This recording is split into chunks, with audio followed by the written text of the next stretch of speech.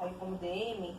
Aí no Kaique, a professora falou assim, olha, o diagnóstico dele não é DM, porque eu percebo que ele não me olha, ele não olha quando eu estou falando nada, mas quando eu sento perto dele, ele sabe todo o conteúdo. Aí eu fui trabalhar com a professora da sala de recurso, e ela falou assim, ó, eu acho que ele tem, sabe, porque síndrome de Asperger. Aí ele foi vendo que ele não tinha coordenação, a coordenação dele é muito pobre até hoje, né? Aí, e o comportamento, tudo, eu mesma fazia exercícios com ele, tudo que eu ia dar pra ele repetia, tudo, até ele conseguir falar. Eu mesmo comecei a passei, aí eu falei, nossa, o que é isso? Eu comecei a pesquisar. Eu passei uma noite todinha chorando. Aí depois eu pensei assim, eu tenho duas opções, ou eu fico aqui chorando, ou então eu vou procurar o que eu tenho que fazer. Comecei. Tudo quando era terapia, coisa que falava assim que era pra mim fazer, eu fazia. Fazia aqueles packzinhos, tudo eu fazia pra estimular ele. Até ele chegar nessa escola, né? Então ele já estava bem adiantado. Lá ele começou a regredir. Começou a regredir nessa escola. Começou a chorar para ir para a escola. Ele chegava e deixava ele bonito na escola. Quando eu cheguei na parada, daqui ali na parada, ela gritava, falaram, olha, vem aqui que seu filho tá dando surto de nada. Ele tá com manha, não sei o quê. Aí, quando eu cheguei lá, ele tinha um lado bem vermelhinho. Eu cheguei lá, ele tava amarelo, os lábios não tinha um pingo de sangue, vomitando. Ele começou, toda vez que via ela, começava a vomitar. Começava a vomitar quando ele via essa mulher. Aí, quando foi um dia, numa sexta-feira, eu deixei ele. Foi só o tempo de eu deixar ele. Quando cheguei em casa aí, ela ligou assim, olha, vem aqui que seu filho deu um surto de nada na escola. Quando eu cheguei lá, ele estava vermelhinho da cor da blusa dela. Ela gritando com ele, e ele gritando, e ela gritando também. Aí eu fui perguntar o que era. Aí ele foi falar, ó, mãe, eu tava na... se você pedir uma coisa emprestada, ele te presta, mas você não pega nada dele sem permissão. Aí disse que a menina foi, pegou a borracha, e ele foi em cima da menina e pegou a borracha de volta. E a menina pegou e falou assim, que ele tinha sido agressivo com ela. Ela veio e mandou ele sair da sala. Ele não serve por nada, né? Ele matéria. Aí eu falei assim, tira o Anderson. Aí ele sai da sala. Ele falou, eu não vou sair, eu não vou perder matéria. Aí ela pegou o caderno dele, tomou dele. Aí ele saiu gritando na cabeça. Aí eu peguei, liguei ele, ninguém foi da sala de recurso, né? Aí na segunda marcaram uma reunião. Ela falou assim, não, põe ele perto da sua casa, não sei o que. Eu perguntei pra ela, vem cá, você tem algum filho especial? Você é casada? Ela falou assim, não. Eu falei, por que você vem implicando com o meu filho? Meu filho não pode ouvir a sua voz. Você fala que ele está sempre com surto. Eu achava realmente que ele estava com manha, mas a partir do dia que eu cheguei e ouvi que ele começou a te ver, ele começou a vomitar quando te via, ele começou a regredir, ele começou a ficar em casa conosco, nervoso, coisa que ele não é, que ele nunca foi agressivo. Aí eu falei assim, pois olha, você reza. Eu não estou te jogando uma praga, mas eu tô falando, Deus ajuda que você nunca tem um filho, para você sentir o que eu senti. Porque quando alguém faz alguma coisa com o filho da gente, dá mais a gente do que o meu próprio filho. Eu falei para ela agora, eu não quero mais meu filho aqui. Só que ele já estava tudo certo para mudar ele. Foi tão rápido, que já estava tudo certo para mudar ele para uma outra escola. Eles realmente não queriam, eles não queriam ir lá. Aí... Só que, lógico, eles me chamaram e falaram assim, olha, a gente não está dizendo que não quer ele aqui.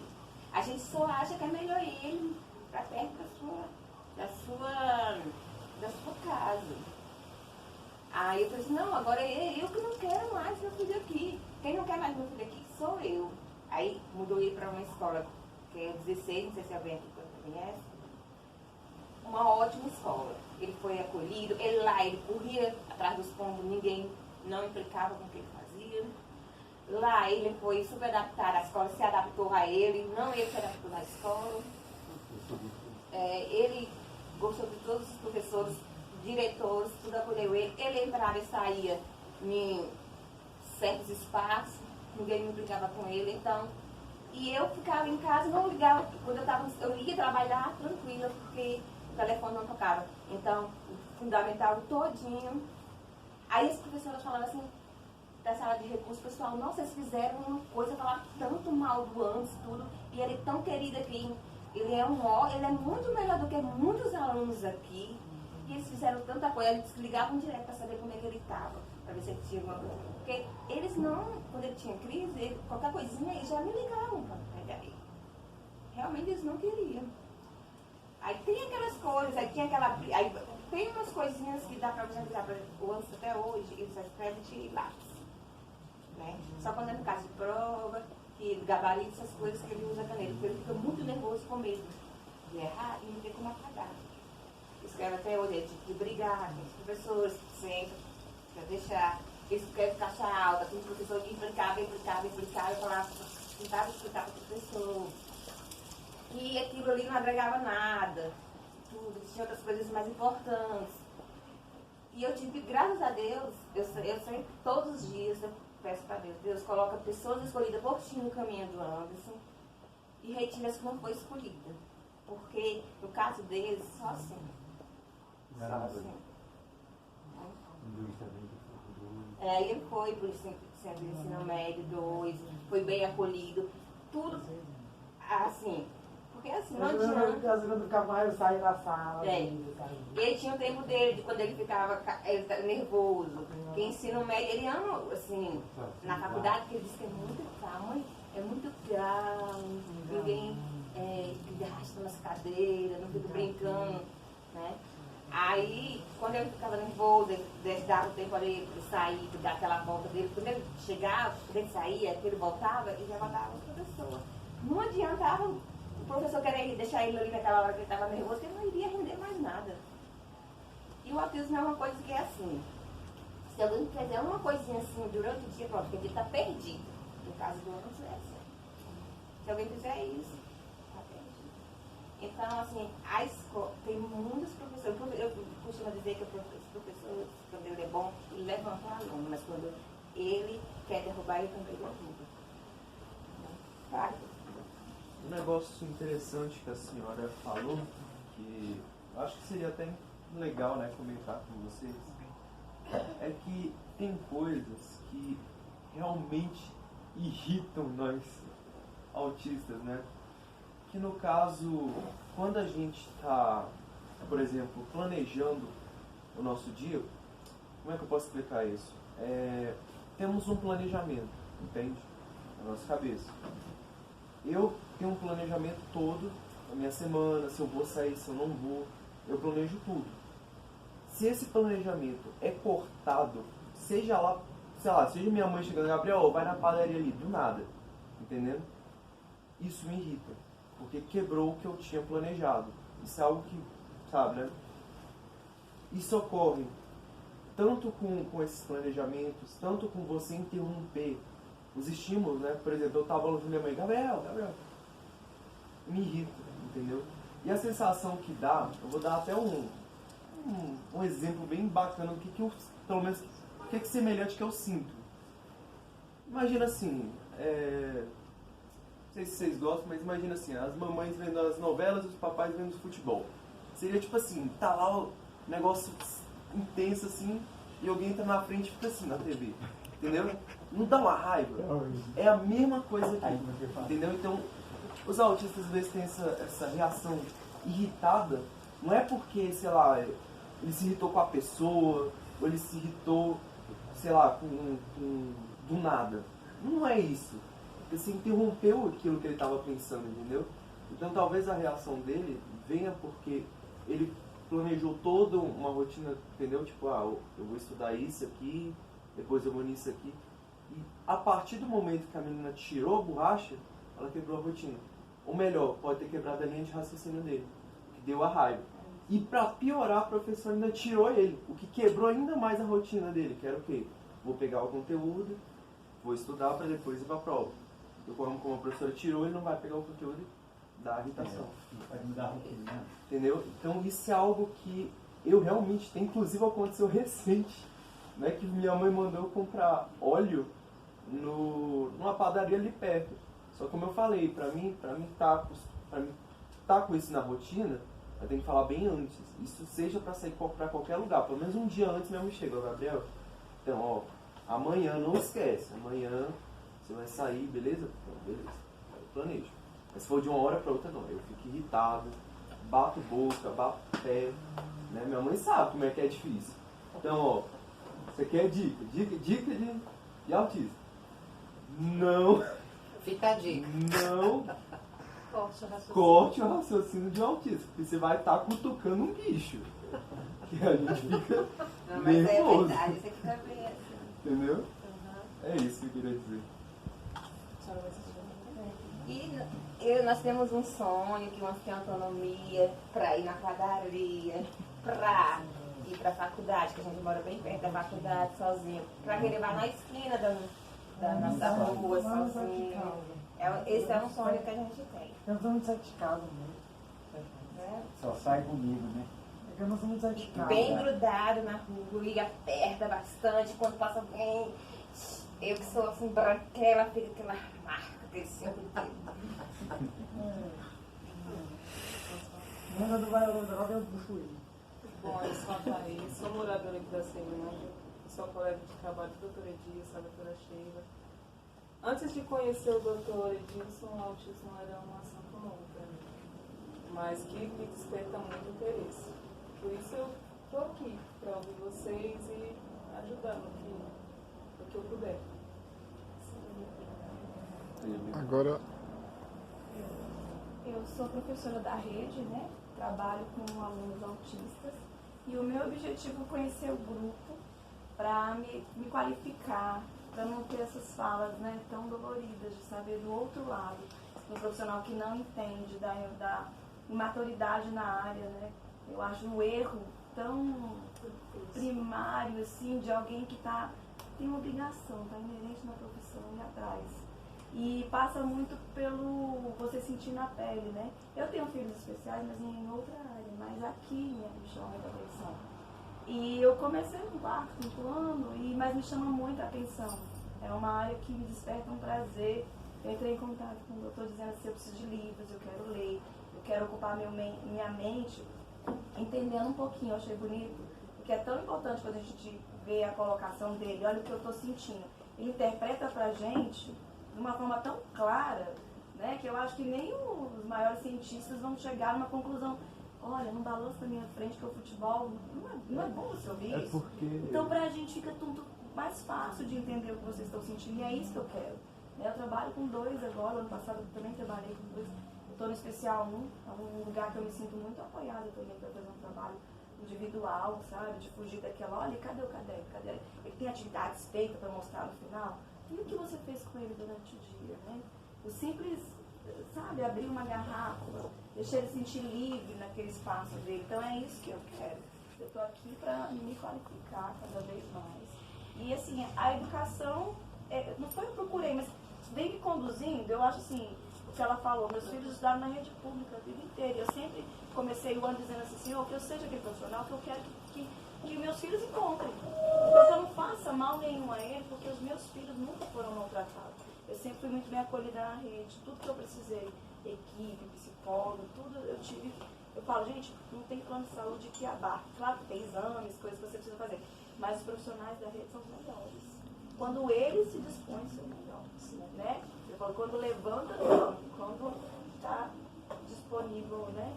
A não fazer muito, ele destrói uma família, destrói a autoestima, né? E na minha área eu sempre procurei falar assim, que se eu for fazer mal para uma criança, ou seja ele, né, 4º, 5º ano, aquele que está cheio de sonhos, que me coloque na área burocrática, que eu vá trabalhar com papel, que eu amasso e jogo fora. Né? Agora, você mexer com sonhos, trabalhar com crianças e com famílias, então me deixa aqui enquanto eu puder ser útil. Meu sonho é esse. Eu quero trabalhar, eu quero dar palestras, eu quero conversar com as mães, sentir, sabe, esse lado de muitas vezes as pessoas não querem ouvir, porque não passam por isso. Então eu me coloquei à disposição e eu vejo que Deus tem ajuda muito bonitinho na minha vida de estar me conduzindo. Aparece as coisas, eu estou indo, né?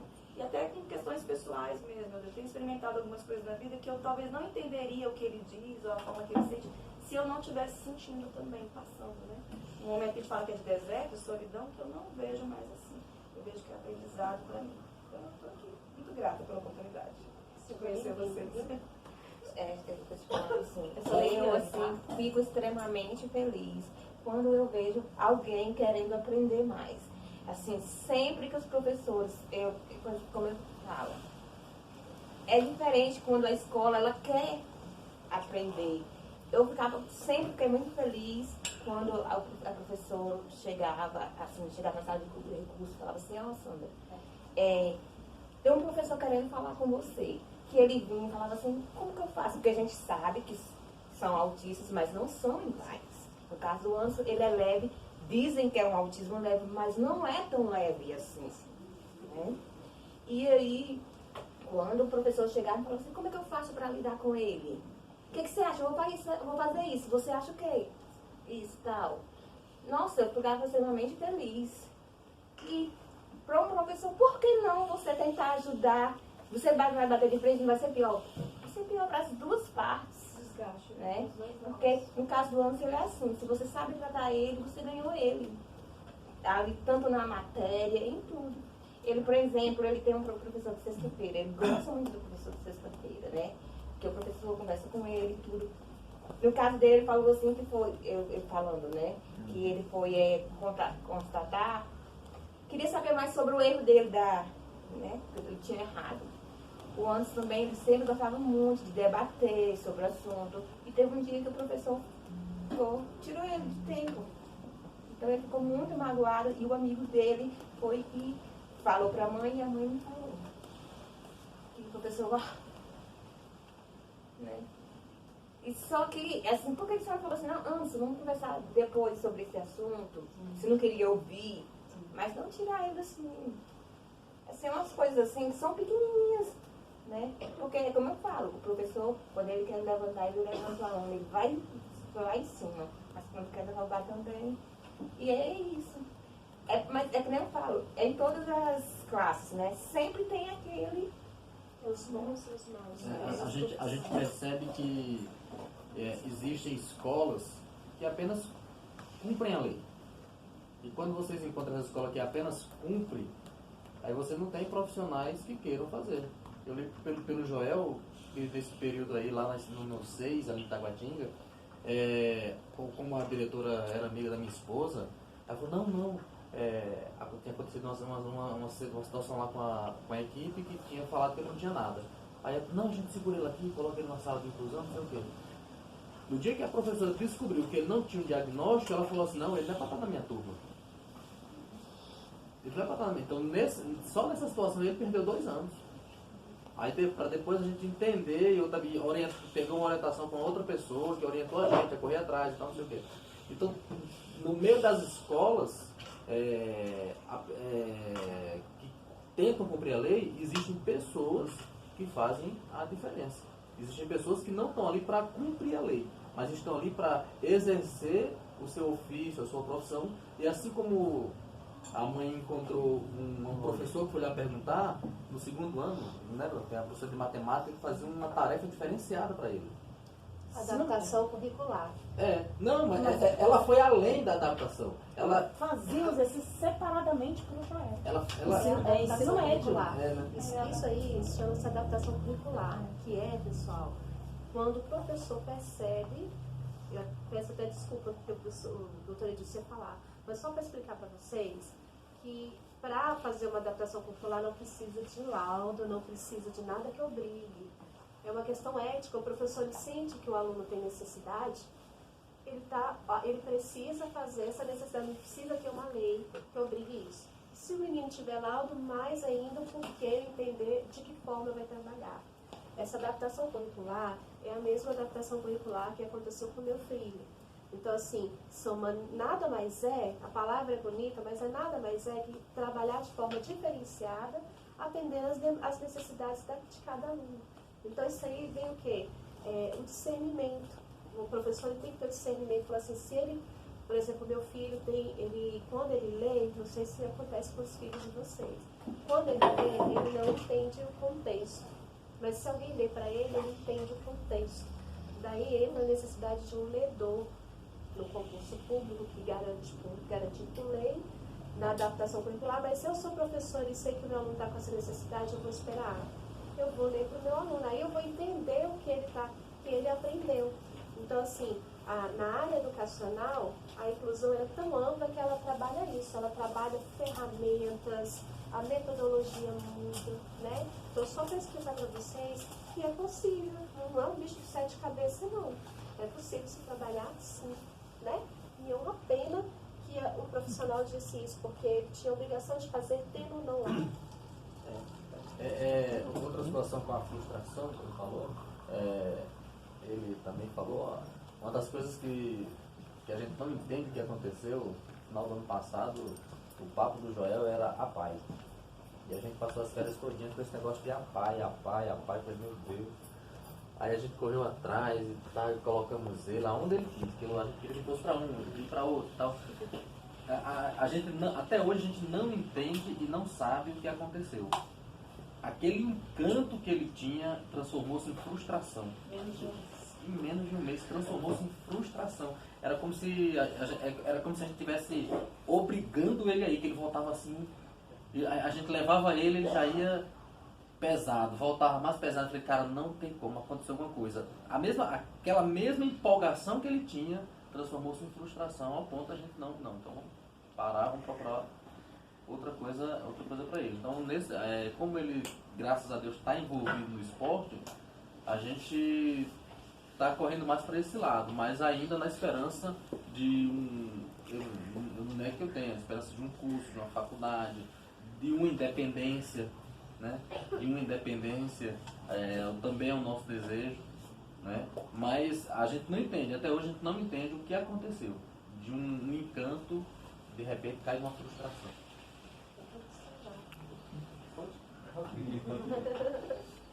Um negócio interessante que minha mãe falou é que a parte lá do laudo, né? O professor às vezes tem que ver ver aquelas necessidades, né, do aluno. Eu acredito que isso é para tudo, né? Porque para e pensa, isso já dei até de exemplo para um professor, né? Eu vou até ressaltar aqui. Uma vez o professor virou, Gabriel, beleza, você faz prova adaptada, mas e lá fora? Como é que vai ser? Se você for fazer, por exemplo, concurso, como é que vai ser? Eu virei pro professor e falei, professor, um aluno que ele é cadeirante aqui dentro da escola, lá fora ele vai perder a cadeira? Não vai. Isso vai, não, mas não é a mesma coisa aqui. O aluno vai continuar com a cadeira de rodas e isso não vai torná-lo pior ou melhor que ninguém. Só quer um exemplo? Pega aí uma corrida. Eu dei até esse exemplo bobo, mas que se aplica aqui. Pegue uma corrida, só ter uma ideia. Bota uma pessoa que não tem as pernas para competir com alguém que tem. Aí beleza, tudo bem. Mas bota ela sem a cadeira, sem os meios. Ela vai competir? Claro que não. Agora põe uma cadeira, o cara é um atleta. Pode competir? Pode. É possível, entendeu? Então aqui se aplica o que mais ou menos isso. A gente precisa da adaptação, entendeu? Não tem essa de a gente vai perder lá na frente. Não tem essa de mas lá na frente vai ser complicado. Não importa, a gente precisa, sabe? É isso, entendeu? Então, os professores eles têm que ter essa capacidade de ver quando o aluno precisa. Não precisa de laudo. Se um moleque, por exemplo, não tiver o braço direito, vou usar de exemplo de novo, ele precisa de laudo para, né? O moleque tem dificuldade, ele precisa de laudo? Não precisa, ele precisa de ajuda. Isso sim, entendeu? Pode falar. Doutor Edilson. Sim, vamos lá. Meu nome é Edilson Barbosa, sou pai do Vinícius Henrique, que tem um laudo de autismo. Ana Clara, que ajuda muito ele, né? Fez até um foguete agora. Ajudou ele a fazer um foguete. Não, eu fiz o trabalho para ele. E a Juliana, que está ali, gravando. Nós somos do MOAB, o presidente é o Fernando Costa. A gente tem uma reunião à tarde, que é uma reunião mensal do MOAB, Movimento Orgulho Autista Brasil. Essa entidade foi fundada em 2005 por ele. A lei aqui de Brasília tem o nome dele, que vocês sabem, uma lei para ser aprovada na Câmara é muita negociação. Depois de passar na Câmara, ainda tem o governador que tem que sancionar.